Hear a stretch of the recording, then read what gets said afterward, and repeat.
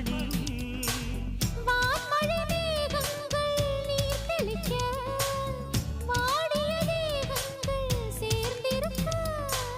வாலிபராகங்கள் நான் படிக்க